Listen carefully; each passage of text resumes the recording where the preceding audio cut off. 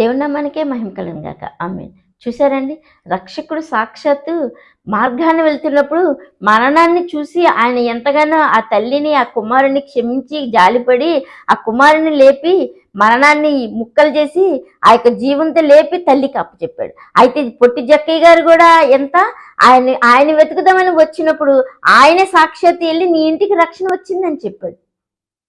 అయితే ఈ పాపాత్మురాలైన స్త్రీ ఆయన ఎక్కడున్నాడు, ఆయన ప్రేమిస్తే చాలు, ఆయన పాదాలు పట్టుకుని ముద్దాడితే చాలు అనుకుని ఆ యొక్క హృదయ శాంతి కోసం ఆయన ఆ పాదాల చెంతకి ఆమె వచ్చినప్పుడు ఎంత పొందుకుంది?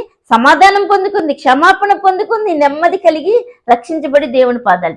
అయితే దేవుని పిలిచి నీ పరిచయుడు ఏం చేసుకుంటున్నాడు?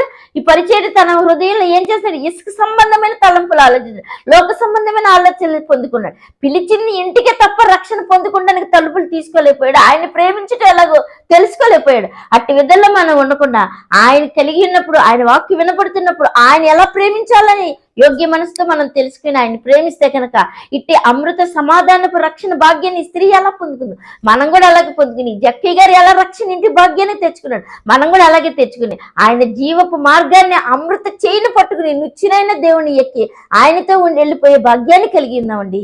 ఆమేన్.